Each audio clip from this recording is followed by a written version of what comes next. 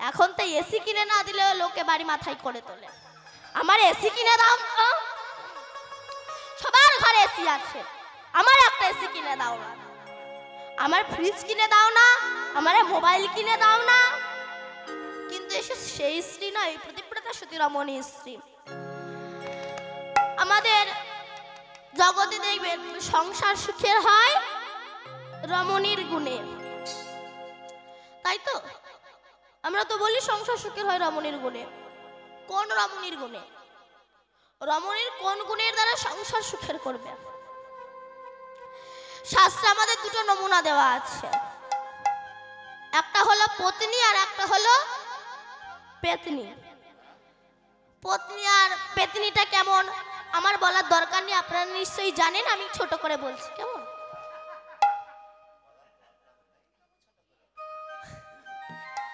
আগে বলি পেতনিটা কাকে বলে।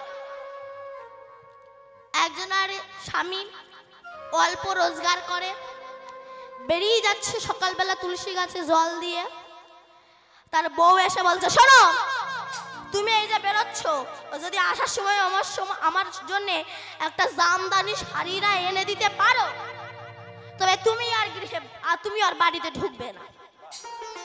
এটা হচ্ছে পেতনি বলা হয় একে। কেন? বিয়ে করে এনেছ, একটা আমদানি শাড়ি দিতে পারো না, আবার বড় বড় কথা, বাড়ি ঢুকবে নাই বলে দিলাম। একে বলা হয় পেতনি। আপনার জন্য রাগ করবেন না, সবাই নয়, কিছু কিছু মায়েরা। এইবার বলি পত্নী কাকে বলা হয়। স্বামী বেরিয়ে যাচ্ছে, স্ত্রী প্রদীপ ধরিয়ে সামনে এসে দাঁড়িয়েছে, একটু দাঁড়াবে, কি হয়েছে? তুলসী গাছের মাটিটা নিয়ে স্বামীর কপালে দিয়ে বলছে, স্বামী তুমি যে যাচ্ছ বেরোচ্ছ কাজে, তুমি যেন কখনো কাউকে ঠকিয়ে অর্থ উপার্জন করো না, কাউকে ঠকিয়ে তুমি টাকা আয় করো না। শুধু কৃষ্ণ বলে কাঁদবো, আমার সোনা গয়নার প্রয়োজন নাই, কিন্তু তুমি যেন কাউকে ঠকিও না। কেন? ঠকালে ঠকতে হয়, কাঁদালে কাঁদতে হবে, তুমি যেন কাউকে ঠকিও না। ইনি হচ্ছেন প্রকৃত পত্নী। সীতা বলছে, আমি রাজ্য সুখ গ্রহণ করব আর তুমি যাবে বনবাসে। অমন স্ত্রী আমি হতে চাই না, আমিও তোমার সঙ্গে বনবাসে যাব।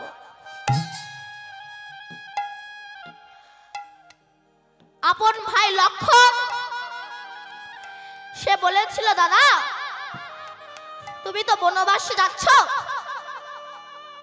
ওখানে তোমার কষ্ট হবে, আর আমি ভাই হয়ে রাজভোগ গ্রহণ করব, রাজ পালঙ্কের ওপর শোব, আমার ভাই আমি হতে চাই না, আমিও তোমার সঙ্গে বনবাসে যাব। লক্ষণ বলল, আমি অনুমতি দিতে পারবো না, যাও, মা যদি তোমায় অনুমতি দেয় তবেই তুমি বনবাসে যাবে। লক্ষণ মায়ের কাছে গিয়ে বলছে, মা দাদা তো বনবাসে যাচ্ছে, তুমি আমাকে দাদার সঙ্গে যাওয়ার অনুমতি দেবে না? মা সুমিত্রা বলেছিল, বাবা রে, যে মায়ের গর্ভের সন্তান কৃষ্ণ ভক্ত হয়, কৃষ্ণ সেবক হয়, রামের সেবক হয়, সেই মায়ের গর্ভধন্য, সে মায়ের গর্ভের সন্তানও ধন্য। কিন্তু যে মায়ের গর্ভের সন্তান সুল্লুখোর হয়, দাতাল মাতাল চরিত্রহীন হয়, লোকে সর্বনাশী করে, সিটিংবাজি করে, ও মায়ের গর্ভটাকে ভাগাড় বলা হয়। তাই আমি চাই আমি প্রাণ থাকতে থাকতে যেন দেখতে পাই তুমি রামের চরণে সেবায় গিয়েছ। লক্ষণ ভাবছে, মা অনুমতি দিলেও লক্ষণের স্ত্রীর নাম কি ছিল বলুন? উর্মিলা। কি বললাম? উর্মিলা। নবপরিণীতা বুঝি, সবে নতুন বিয়ে হয়েছে। আপনাকে বিয়ে করে এখন আপনার স্বামী যদি বলে আমি 14 বছর বাড়ি থাকবো না, তখন মাথায় আগুন ধরে ওঠে না? মুখ পড়া তবে বিয়ে করেছিলি কেন? কোমর বেঁধে একেবারে ঝগড়া করবে। মহাপ্রভু যখন লক্ষ্মীপ্রিয়াকে বিয়ে করে সিলেটে বেড়াতে গিয়েছিল, সেই সময় গৌরাঙ্গ বিরহে লক্ষ্মীপ্রিয়া প্রাণ হারিয়েছিল। আমরা বলি সাপে কামড়িয়ে না, বিরহ সাপে কামড়িয়ে মৃত্যু হয়েছে। নবপরিণীতা বধূ, নতুন বিয়ে হয়েছে, আমাকে যে অনুমতি তার কাছ থেকে নিতেই হবে।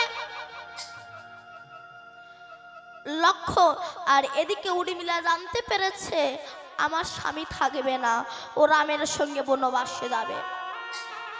তাই হাতে প্রদীপটা ধরিয়ে অবগুণ্ঠনে মাথাটা নিচু করে দাঁড়িয়ে আছে। এদিকে লক্ষণ যখন মাথাটা নিচু করে আসছে, তখন উর্মিলা বলেছিল, স্বামী তুমি মাথা নিচু করে এসো না, মাথা উঁচু করে এসো। কেন? আমি গরবে নেই। কেন? আমার স্বামী রামের সেবায় গিয়েছে, আমি গরবে নেই। তুমি মাথা নিচু করে এসো না, মাথা উঁচু করে এসো। যখন মহাপ্রভু বিষ্ণুপ্রিয়াকে বিবাহ করে মাত্র 24 বছর বয়সে সন্ন্যাস ধর্ম গ্রহণ করেছিল, তারপরে একদিনের তরে যখন অদ্বৈতের ঘরে এসেছিল না, সবাইকে যেতে বলেছিল মহাপ্রভু, কিন্তু একজনকে যেতে বারণ করেছিল। কে? না, বিষ্ণুপ্রিয়া। নদিয়ার নরনারী একে একে চলে যায়, বিষ্ণুপ্রিয়া ঘরের এক কোণে বসে চোখের জলে ভেসে যায়। নদিয়া নরনারী বলেছিল, বিষ্ণুপ্রিয়া তোর মতো ভাগ্যহীনা বুঝি জগতে নাই। কেন? নিমাই ঠাকুর সবাইকে যেতে বলেছে, ওকে যেতে বারণ করেছে, বলতো তোর মতো ভাগ্যহীনা কি জগতে আছে?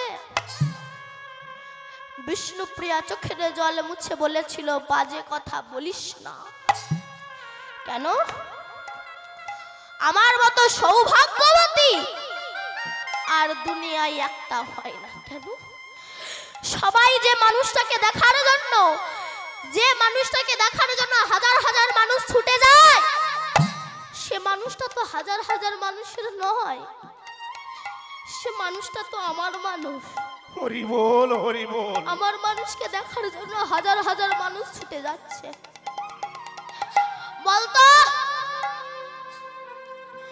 আমার মতো সৌভাগ্যবতী কি আর জগতে আছে? তাই উর্মিলা বলেছিল, স্বামী আমি গরবিনী। কেন? না, আমার স্বামী রামের সেবায় যাচ্ছে, তুমি যাও। আমি এই যে প্রদীপ ধরিয়ে রেখে দিলাম, যত ঘাত প্রতিঘাত লাঞ্ছনা আসুক না কেন, তুমি না আসা পর্যন্ত তোমার এই প্রদীপ আমি নিভতে দেব না। ব্যাস, চলে গেল। এবার ঘাত প্রতিঘাত লাঞ্ছনায় দিন অতিবাহিত হতে লাগল। কিন্তু যেদিন রাবণের পুত্র মেঘনাথের বাণে লক্ষণ প্রাণ হারালো, যে বাণটা রাবণের পুত্র মেঘনাথ বুকে মেরেছিল লক্ষণের, বাণটার নাম কি ছিল কেউ জানেন? সেই বাণটার নাম কি? শক্তিশাল বাণ। শক্তিশাল বাণ, তাই তো? ওই শক্তিশাল বাণ যখন লক্ষণের বুকে মেরেছে, লক্ষণ ঢুলছে। এমন সময় রামচন্দ্র ছুটে এসে লক্ষণের মাথাটা নিয়ে নিজের চরণের উপরে রেখে দিয়েছে। আর কোথাও জায়গা ছিল না, চরণের উপরেই মাথাটা রাখলো। কি বুঝলে?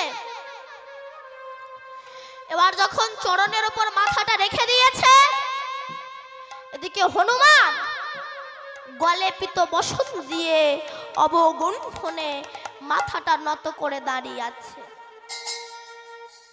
বসে আছে।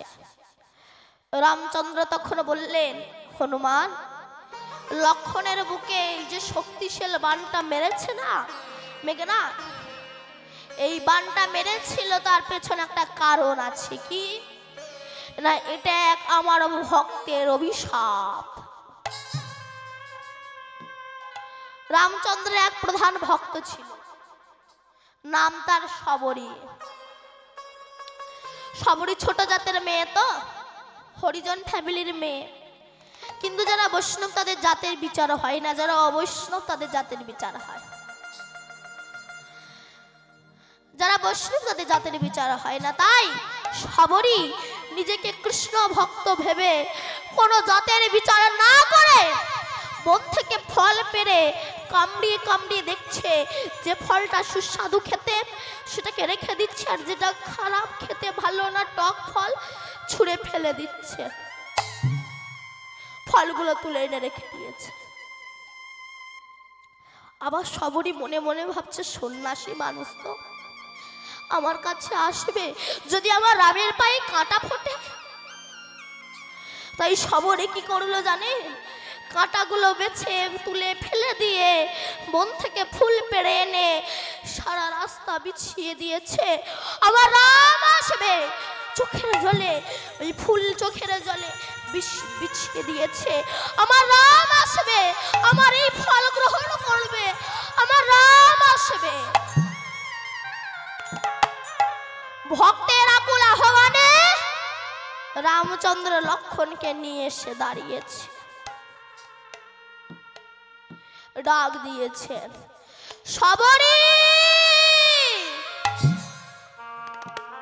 শবরী। চমকে উঠেছে শবরীকে,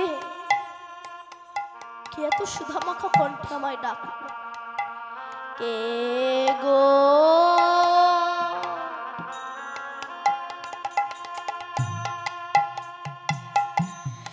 কে গো ডাকিলে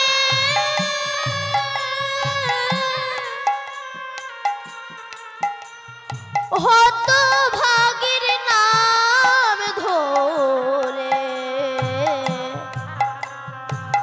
আমাইকে বা ডাকিলে?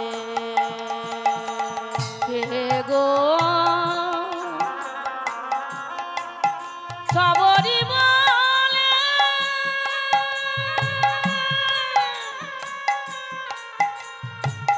কে গো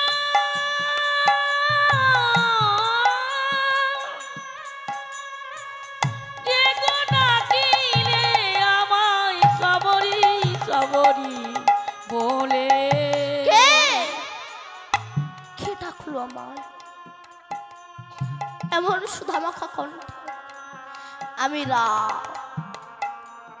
শবরী বলছে, রাম দয়াময়, এসেছ তুমি?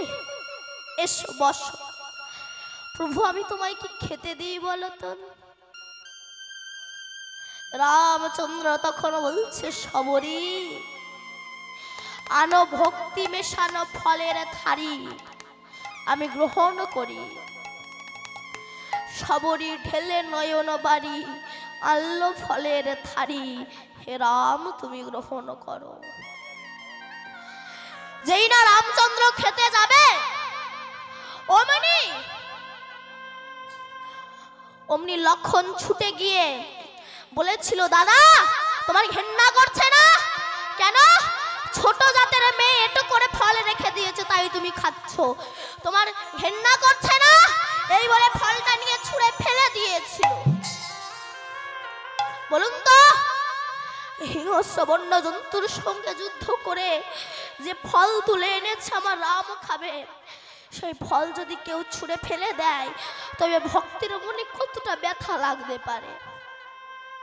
শবরী বলল, লক্ষণ, আমি ছোট জাতের মেয়ে বলে তুমি আমাকে এত বড় কষ্ট দিলে, এত বড় আঘাত দিলে আমার মনে? শুনে রেখে দাও, তুমি যে ছোট জাতের মেয়ের এটা কুল ছুঁড়ে ফেলে দিয়ে যে ব্যথা তুমি আমার বুকে দিয়েছ, সেই ব্যথা তোমার জীবনে ডবল হয়ে ফিরে আসবে। কোন দিন?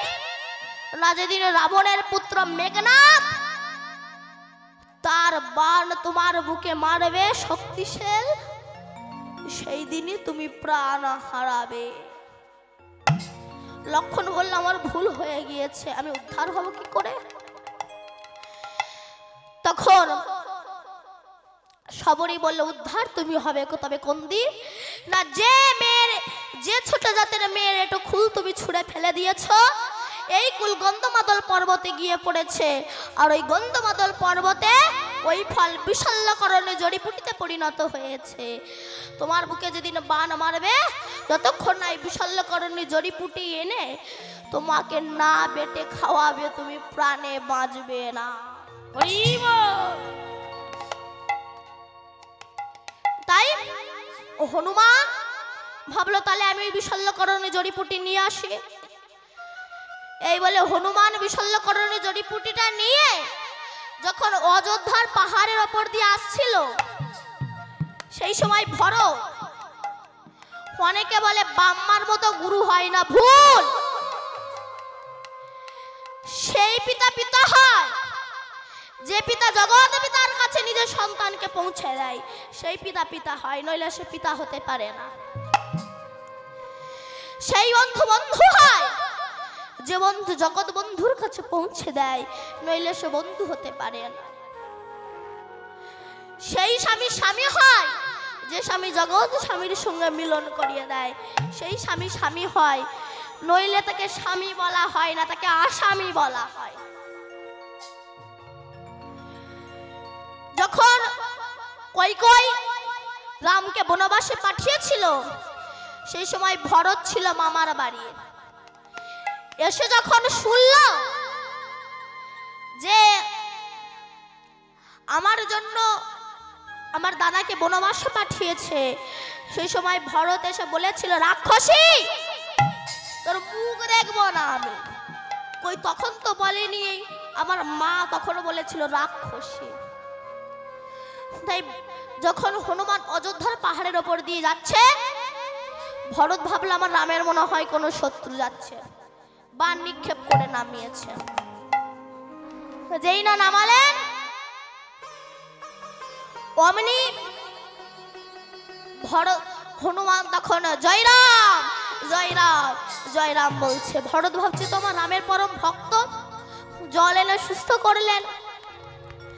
যেই না জল এনে সুস্থ করলেন, হনুমান বলছে ভরত,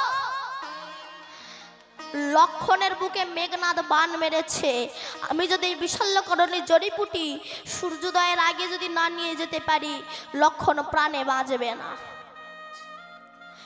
ভরত বলল তাহলে লক্ষণ দাদা কোথায়? না, রামের চরণে শুয়ে আছে। সেই সময় ওই লক্ষণের স্ত্রী সেই প্রদীপটায় হাতে করে নিয়ে মাথায় ঘোমটাটা দিয়ে হাতে প্রদীপটা ধরিয়ে মুচকি মুচকি হাসছে।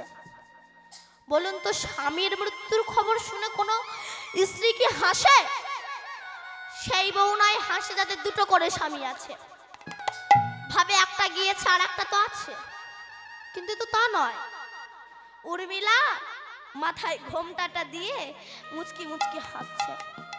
হনুমান বলছে উর্মিলা, তোমার স্বামী মৃত্যু শয্যায় শায়িত, তুমি হাসছো? উর্মিলা তখন বলছে লক্ষণ, তোমার মূর্খামি দেখে আমি হাসছি। কেন বলো তো?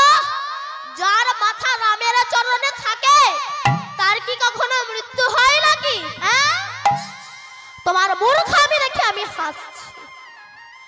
আর তুমি যে বলছো না সূর্যোদয়ের আগে যদি আমি না নিয়ে যেতে পারি তবে আমার স্বামী প্রাণে বাঁচবে না, শোনো, আমি যদি প্রকৃত সতী প্রতিব্রতা রমণী হয়ে থাকি, তুমি যতক্ষণ না ওই বিশল্যকরণে জড়িপুটি না নিয়ে আমার স্বামীর কাছে যাবে, যতক্ষণ না আমার স্বামী প্রাণে বাঁচবে, সূর্যোদয় হবে না।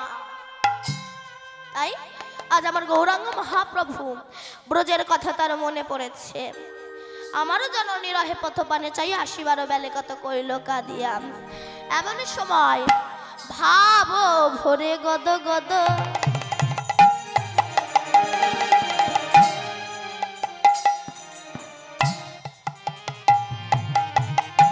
আধো আধো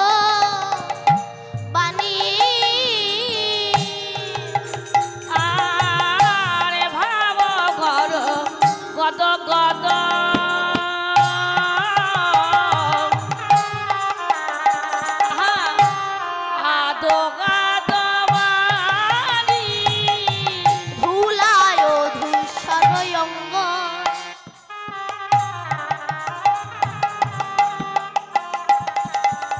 গদ গদ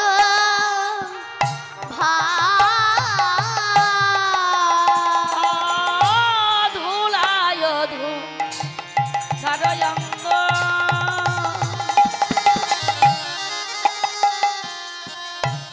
গদ গদ ভায়া ধুলায় ধু সরয়ঙ্গ গদ গদ আরে রাধাম ওহন কহে কর তো হিয়া রে রাধাম মনে কগে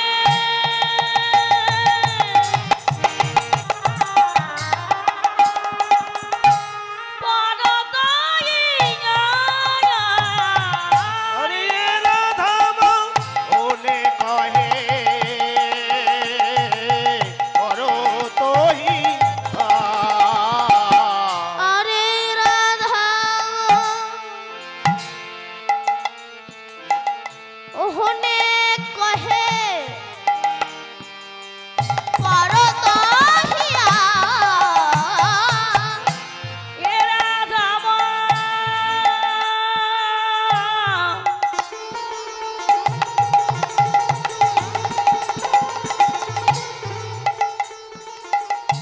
এ রাধা এ রাধা এ রাধা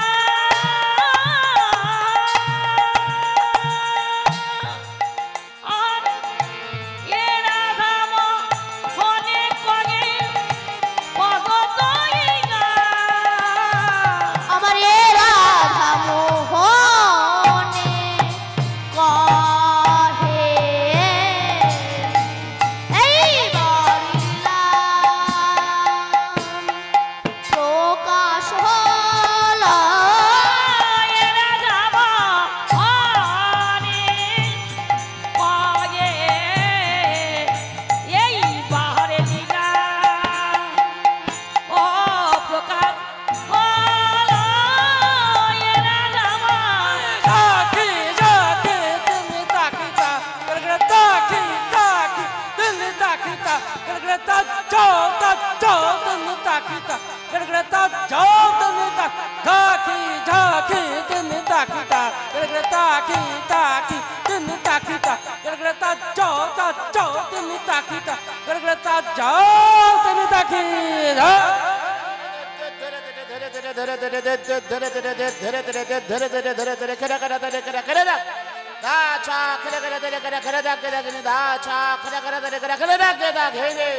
আনে কয়ে এইবারে লীলা ও প্রকাশ হলো এ রাধাম মৃদঙ্গ বাজত দীর্ঘ দীর্ঘ চমচম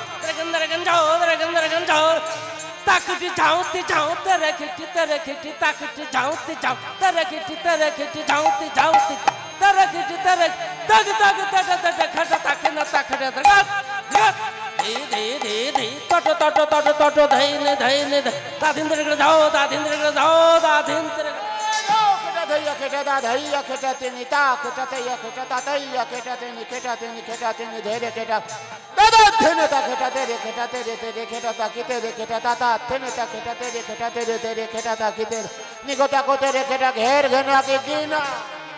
আনে কয়ে এইবারে লীলা ও প্রকাশ হলো এ রাধাম জরাধে কয়ে এইবারে লীলা প্রকাশ হলো এ রাধাম কয়ে এইবারে লীলা প্রকাশ হলো এ রাধাম কহে এইবার লীলা প্রকাশ হলো আমি কহে এইবারে লীলা প্রকাশ হলো এ রাধাম লোচনে কহে এইবার লীলা প্রকাশ হলো আমার আসলো জানে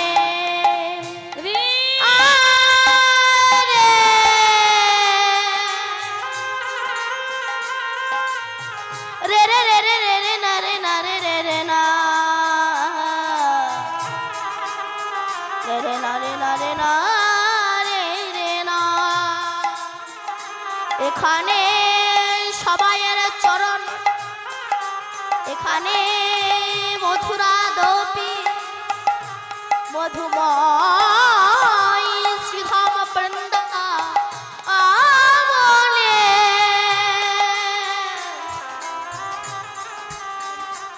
লীলা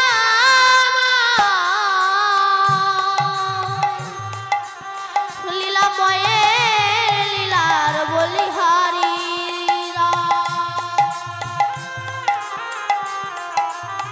শ্রীকৃষ্ণের যতে কো খেলা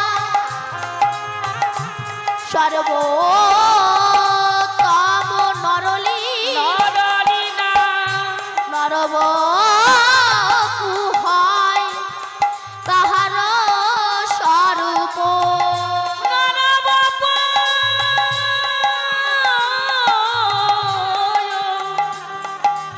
নরবপু হয় তোমার টাকার গোপ বেশ বেনু কর নবকিশোর নটবর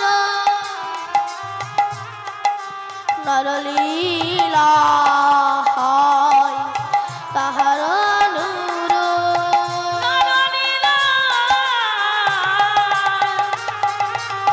নরলীলায় হয় আমার টাকার যার নামে ময়ূরে পেখম তুলে নৃত্য করে যার নামে যমুনায় উজান বয়ে যায়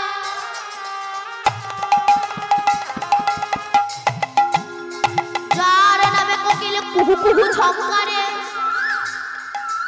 সুললিতে বৃন্দাবন মুখরিত করে যার চরণ লক্ষ্মীর জীবন ধন সেই অনাদিরাদি গোবিন্দের লীলার বলিহারি যা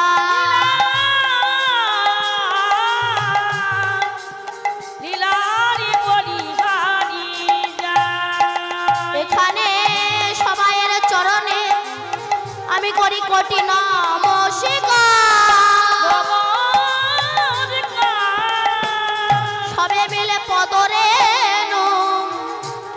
দেহ মস্তকে আমার মস্তকে আমার আমার আমার জয়নিতাই সবারই চরণে আমার শতকোটি প্রণাম আসতে পেছনে বসে বসে যারা ঘুমাচ্ছেন বা গল্প করছেন তাদের চরণে আমার আরো শতকোটি প্রণাম এতক্ষণ আমরা নবদ্বীপ ধামে ছিলাম এবার প্রবেশ করবো আমরা বৃন্দাবন ধামে কেমন বললেন সচিন নন্দন গৌর হরি কি জয়। নবদ্বীপ ধাম কি জয়। সচি মাতা কি জয়। ভক্ত বৃন্দ কি জয়। কমিটি বৃন্দ কি জয়। আপন আপন গুরু চরণ কি জয়। সাধু গুরু বৈষ্ণব কি জয়। জয় জয় নিতাই গৌর হরি বল। হরি বল। আমরা একটা ছোট্ট ভজন গাইতে গাইতে আমরা বৃন্দাবনে প্রবেশ করব কেমন ওরে রাখালে রাজা বলে দে না কোথায় বৃন্দাবন শ্যাম কুণ্ড রাধা কুণ্ড গোবর্ধন ও রাখাল রাজা বলে দিনা রাখাল রাজা বলে দিনা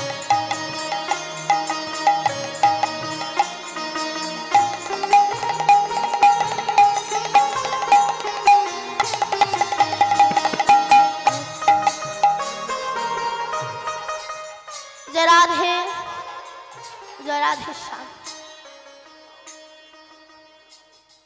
পৌঁছে গেলাম মধুময় শ্রীধাম বৃন্দাবনে। মধুময় শ্রীধাম বৃন্দাবনে আজ যে লীলাটি আমরা আস্বাদন করব, এই লীলাটির নাম হচ্ছে আমার গোবিন্দের উত্তর গোষ্ঠ লীলা। জয় রাধে।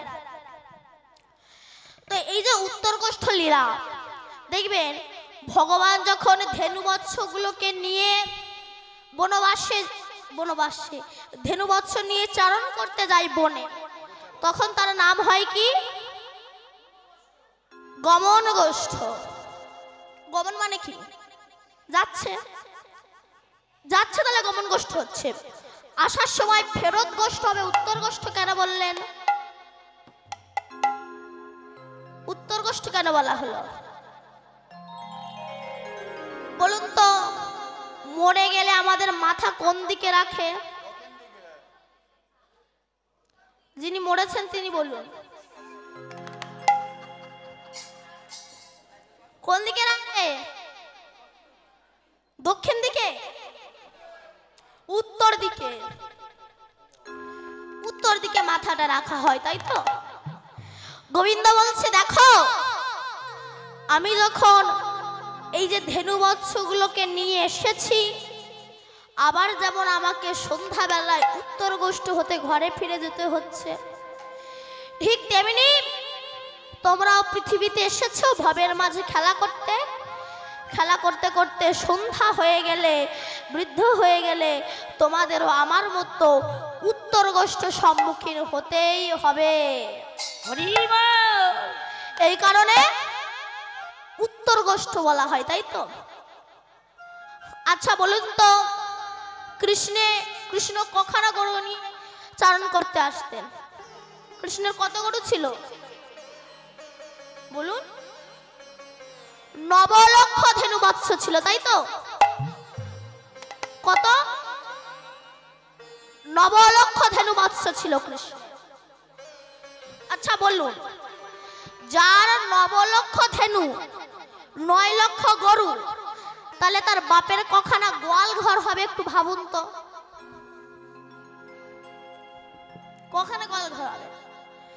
9 লক্ষ ধেনু একই তাই হয়? বললেন না। 9 লক্ষ ধেনু কাকে বলা হয়?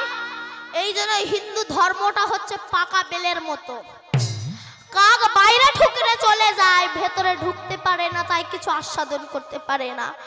কিন্তু ধূর্ত মানুষ বেলটাকে ফাটিয়ে ওর ভিতরে প্রবেশ করে মোক্ষ বস্তুটা আস্বাদন করতে পারে। ঠিক তেমনি হিন্দু ধর্মটা হচ্ছে পাকা বেলের মতো। যারা কিছু বোঝে না, বাইরে থেকে ঠক্কর মেরে চলে যায়, ভাবে কিছু এর ভিতরে নাই।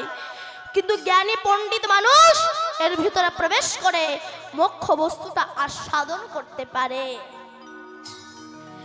9 লক্ষ ধেনু মানে কি? নব মানে কি? নব মানে নতুন। নব মানে নতুন। লক্ষ মানে দৃষ্টি, তাই তো? লক্ষ মানে দৃষ্টি তো। তাহলে নব শব্দে নতুন, লক্ষ মানে দৃষ্টি, গো মানে পৃথিবী, পালন মানে প্রতিপালন করা। যার নতুন লক্ষ্য কৃষ্ণ ভজন পথে জন্মিয়েছে, তারই হৃদয় মন্দিরে ভগবান প্রবেশ করে তার ওই 9 লক্ষ ধেনুকে নিয়ে চারণ করারই নাম হচ্ছে 9 লক্ষ গোপালন। আমরা বুঝি না, তাই অপব্যাখ্যা করি। তাই গোবিন্দ সবাইকে শিক্ষা দিচ্ছে কি, আমি যেমন উত্তর গোষ্ঠ হতে ঘরে ফিরে যাচ্ছি, ঠিক তেমনি যত স্ত্রী পুত্রর মায়ায় পড়ে থাকো না কেন, কেউ যদি বলে আমি তোমাকে ছেড়ে দেব না, কিন্তু মৃত্যুর পর তাকে ছেড়ে দিতেই হবে। কারণ সংসার, আমি আবারও বলবো, সংসার ভালোবাসার জায়গা নয় মা। কেমন? বাবা মরে যাবে, ছেলে খাতা কলম নিয়ে বসেছে। বাবা, ও বাবা, বাবা বলো। তুমি তো মরে যাবা, তুমি তো মরে যাবা, তা কার কাছে কত কি পাবা একটু বলে যাবা? বাবা তখন বলছে, খোকা লেখ, আমি গোষ্ঠর কাছে 5,000 টাকা পাবো। বলে হারো বললো বাবা, হারো বললো। ছেলে কাঁদে, কুতে কুতে কাঁদে। বাবা আরো বললো, বাবা আরো বললো। বাবা এবার বলছে, খোকা আমি হেমন্তর কাছে 9,000 টাকা পাবো। আরো বললো বাবা, আরো বললো। এর মধ্যে ফট করে বাবা বলে ফেলেছে, মামনি আমার কাছে 50,000 পাবে। রাধে রাধে। তখন খোকা বলছে, বাবার বয়স হয়ে গিয়েছে তো, বাবা ভুল বকছে, বাবা মনে হয় আর বেশিক্ষণ বাঁচবে না। যতক্ষণ পাবো ততক্ষণ বাবা বলো, বাবা বলো, বাবা বলো। যেই বলেছে পাবে, বাবার মাথা খারাপ হয়ে গেছে, বেশিক্ষণ আর বাঁচবে না। এটাই হচ্ছে সংসার। আটল চেনেন? আটল, আটল চেনেন না? চেনেন? জল করে পেতে রাখে কি ধরার জন্য? হরিণ ধরার জন্য, মাছ ধরার জন্য আটল পেতে রাখে না। মাছ যখন ঢোকে, লেজ নাড়াতে নাড়াতে ঢোকে। ও জানে না আমি কোথায় যাচ্ছি, আমার শেষ পরিণতিটা কি হবে। তোমার ছল ছড়িয়ে ভেজে খাবে। সংসারটা ঠিক এমনই গো মা, এই সংকে সার করেছি, আর আমার গোবিন্দকে অসার করেছি বলে এত দুঃখ কষ্ট জ্বালা যন্ত্রণা। তাই আমার গোবিন্দ শ্রীরামকে ডেকেছে, এই শ্রীরাম, এবার আমাদের গৃহে ফিরে যেতে হবে। তুই ধেনু বৎসগুলো একত্রিত কর। কি পাল জর করো শ্রীরাম,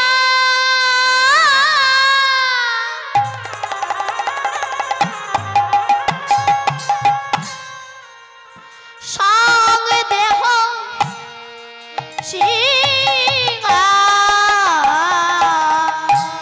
পালে জন কোন সীতা,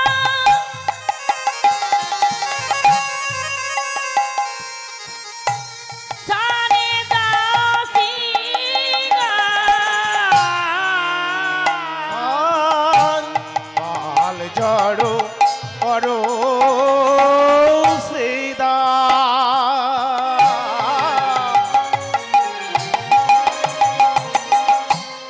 শান দেহ সিংহার,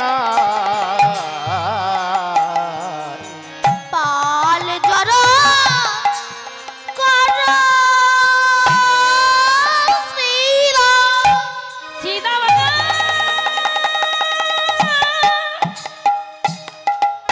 ওরে সীতা, সীতা রে, সীতা রে,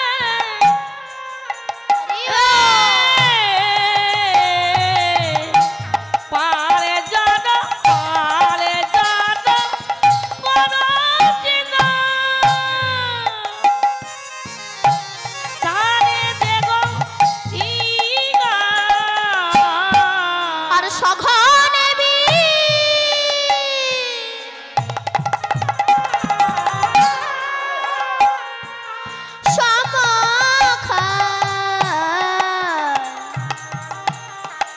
নাম করে মা, সগনে সামকায় নামে কনে মা, আর সহনে বি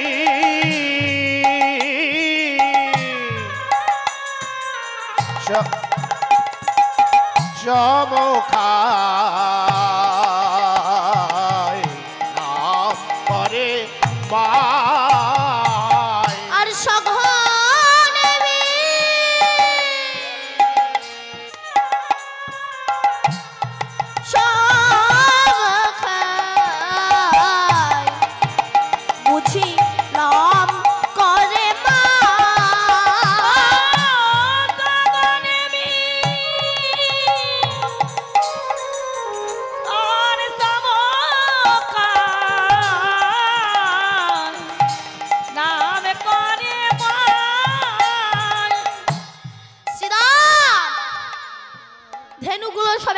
একত্রিত করো। মনে হয় আমার মা আমায় ডাকছে। পাল জড়ো করো শ্রীরাম সন্দেহ সিংহা, পাল জড়ো করো। কোন পাল? ধেনুর পাল নয়, আমাদের এই দেহে ষড়রিপু আছে, কাম ক্রোধ লোভ মোহ মাদ মাৎসর্য। এই ষড়রিপু ধেনুর পাল, এদেরকে একত্রিত করো আস্তে আস্তে। কিভাবে একত্রিত করবে? না শিঙা বাজাও। এই শিঙা কার শিং দিয়ে তৈরি হয় বলুন তো? ঘোড়া শিং দিয়ে তৈরি হয়, তাই তো?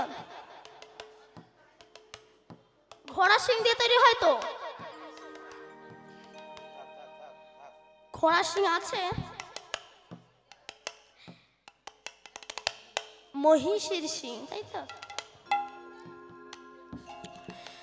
মহিষের শিং দিয়ে শিঙা তৈরি হয়। শিঙা বাজাও তো। কোন শিঙা? না বদন শিঙা বাজাও। এই বদনে কি নাম উচ্চারণ হবে? না হরে কৃষ্ণ হরে কৃষ্ণ হরে কৃষ্ণ হরে কৃষ্ণ কৃষ্ণ কৃষ্ণ হরে হরে হরে রাম হরে রাম হরে রাম হরে রাম হরে রাম রাম রাম হরে হরে রাম রাম হরে হরে। বদন সিংহা বাজাও, বদন সিংহ বাজাও। দেখবে ধেনু বৎসগুলো সব একত্রিত হয়ে গিয়েছে। হরে কৃষ্ণ নাম করো।